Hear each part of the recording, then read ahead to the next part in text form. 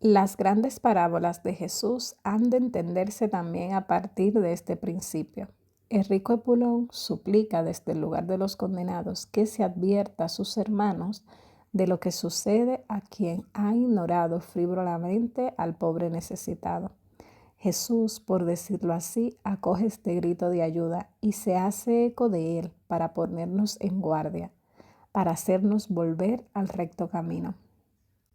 La parábola del buen samaritano nos lleva sobre todo a dos aclaraciones importantes.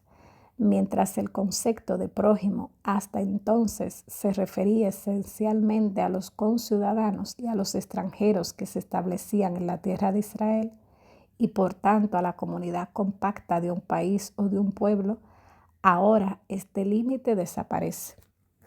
Mi prójimo es cualquiera que tenga necesidad de mí y que yo pueda ayudar.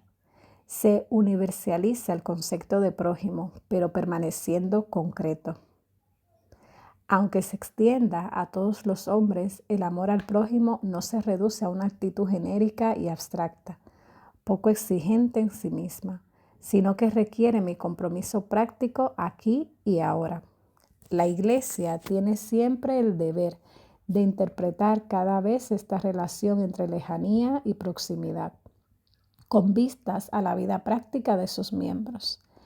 En fin, se ha de recordar de modo particular la gran parábola del juicio final, en la cual el amor se convierte en el criterio para la decisión definitiva sobre la valoración positiva o negativa de una vida humana.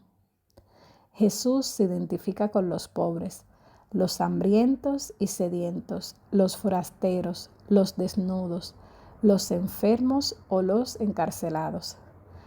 Cada vez que lo hicisteis con uno de estos mis humildes hermanos, conmigo lo hicisteis. Mateo 25:40. Amor a Dios y amor al prójimo se funden entre sí. En el más humilde encontramos a Jesús mismo y en Jesús encontramos a Dios. Capítulo 16. Amar a Dios y amar al prójimo. Después de haber reflexionado sobre la esencia del amor y su significado de la fe bíblica, queda aún una doble cuestión sobre cómo podemos vivirlo. ¿Es realmente posible amar a Dios aunque no se le vea? Y por otro lado, ¿se puede mandar el amor?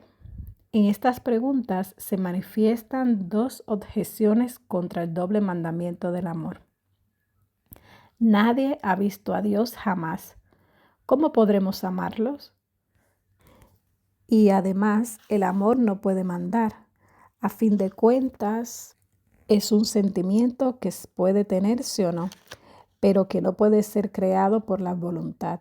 La Escritura parece respaldar la primera objeción cuando afirma: si alguno dice amo a Dios y aborrece a su hermano, es un mentiroso, pues quien no ama a su hermano a quien ve, no puede amar a Dios a quien no ve. Pero este texto en modo alguno excluye el amor a Dios, como si fuera un imposible. Por el contrario, en todo el contexto de la primera carta de Juan, apenas citada, el amor a Dios es exigido explícitamente. Lo que subraya es la inseparable relación entre amor a Dios y amor al prójimo.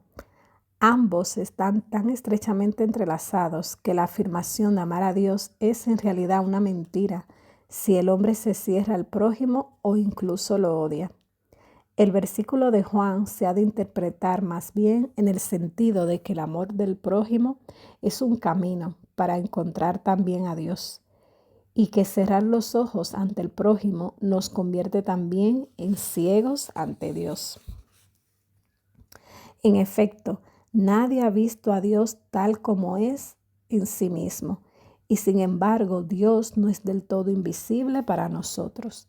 No ha quedado fuera de nuestro alcance.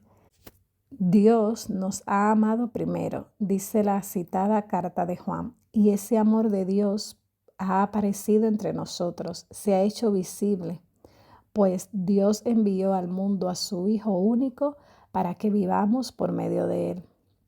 Dios se ha hecho visible. En Jesús podemos ver al Padre.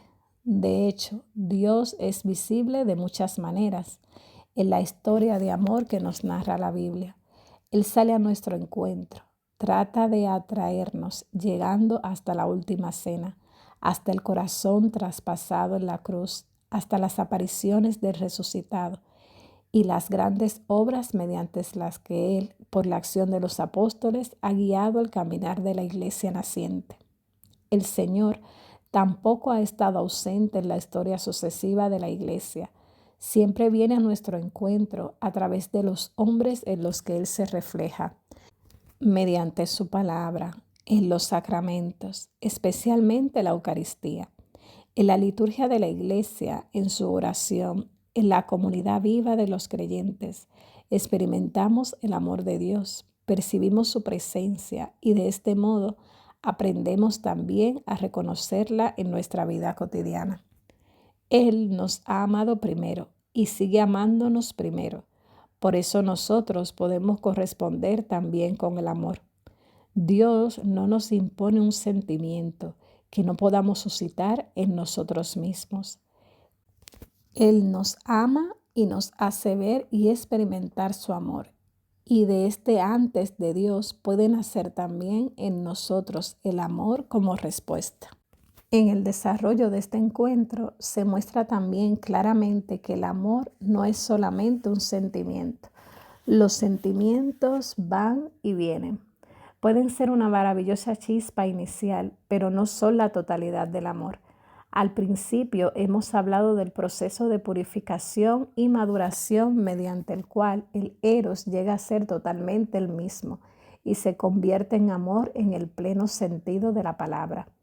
Es propio de la madurez del amor que abarque todas las potencialidades del hombre e incluya, por así decir, al hombre en su integridad. El encuentro con las manifestaciones visibles del amor de Dios puede suscitar en nosotros el sentimiento de alegría que nace de la experiencia de ser amados. Pero dicho encuentro implica también nuestra voluntad y nuestro entendimiento. El reconocimiento del Dios viviente es una vía hacia el amor y el sí de nuestra voluntad a la suya abarca entendimiento, voluntad y sentimiento en el acto único del amor. No obstante, este es un proceso que siempre está en camino. El amor nunca se da por concluido y completado. Se transforma en el curso de la vida, madura y precisamente por ello permanece fiel a sí mismo. Querer lo mismo y rechazar lo mismo es lo que los antiguos han reconocido como el auténtico contenido del amor. Hacerse uno semejante al otro, que lleva a un pensar y desear común.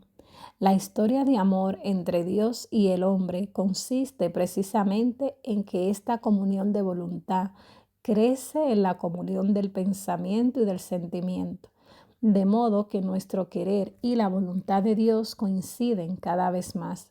La voluntad de Dios ya no es para mí algo extraño que los mandamientos me imponen desde fuera, sino que es mi propia voluntad, habiendo experimentado que Dios está más dentro de mí que lo más íntimo mío. Crece entonces el abandono en Dios y Dios es nuestra alegría.